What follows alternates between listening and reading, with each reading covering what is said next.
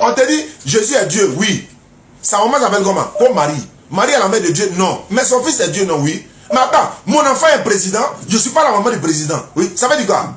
Et si nous, musulmans, nous ne tuons pas dans la vérité, mais attendez, l'islam est trop combattu aujourd'hui, dans le monde entier, partout. Mais chaque fois quand les gens essaient de s'attaquer à l'islam, l'islam ne fait que triompher. Chaque fois quand ils veulent dénigrer l'islam, elle ne fait que triompher. Tous les jours, matin, midi, soir. Ouvrez les yeux. C'est tout ce qu'on vous dit. C'est comme quelqu'un qui est en train de se noyer. On le tire, il s'en va dedans quand même. On le tire, il s'en va dedans quand même. On te dit, Jésus est Dieu, oui. Sa maman s'appelle comment? Comme Marie. Marie est la mère de Dieu, non. Mais son fils est Dieu, non, oui. Mais attends, mon enfant est président, je ne suis pas la maman du président. Oui, ça veut dire quoi? C'est pas moi qui l'a accouché, oui. Vous êtes dans quel monde même? Frère, si tu n'es pas musulman, Surat 15 verset 2, tu n'es pas musulman, tu ne peux pas accéder au paradis. Ça fait un. Deuxièmement, dans la Bible, Matthieu 7, 21, 24, Jésus dit, tous ceux qui vont faire miracle en son nom, ils ont chassé des démons en son nom, etc. Au jour de la résurrection, il va les chasser et tous. Il va dire que je ne vous ai jamais connu, retirez-vous de moi, vous qui commettez l'iniquité. Ce qui me plaît dans cette histoire, c'est que ces passages sont dans la Bible, vous êtes encore vivant, vous lisez ces passages et vous serrez votre cœur.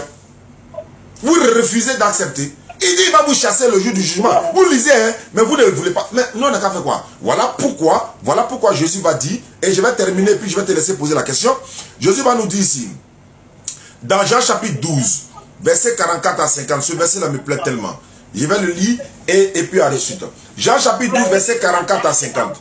Or, Jésus s'était écrié, celui qui croit en moi, croit non pas en moi, mais en celui qui m'a envoyé. Celui qui me voit, voit celui qui m'a envoyé. Je suis venu comme une lumière dans le monde, afin que quiconque croit en moi ne périsse point, ne demeure point dans les ténèbres.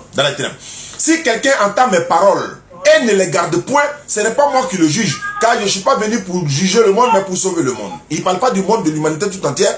Moi encore, ça c'est le monde des pécheurs juifs. Ça est dans la Bible, Jean 17, verset 9, 14 et 21. Vérifiez, devoir à domicile.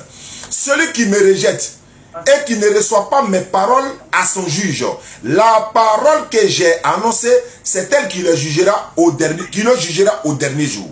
Verset 49. Car je n'ai point parlé de moi-même. Jésus parle. Je n'ai point parlé de moi-même. Mais le Père qui m'a envoyé m'a prescrit lui-même ce que je dois dire et annoncer. Et je sais que son commandement est la vie éternelle. Et non, c'est moi-même ma mort qui est la vie éternelle. C'est pourquoi les choses que j'ai dit, je les dis comme le Père me les a dites. Jean chapitre 15, verset 23. Et je vais dire ça. Jean 15, 23. Jésus dit ceci.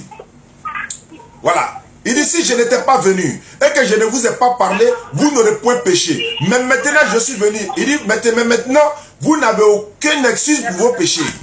En français facile, Jésus dit, si je n'étais pas venu et que je ne vous ai pas parlé, vous n'aurez pas péché. Mais comme je suis venu, je vous ai parlé, vous avez entendu et vous n'avez pas cru, vous êtes déjà jugé.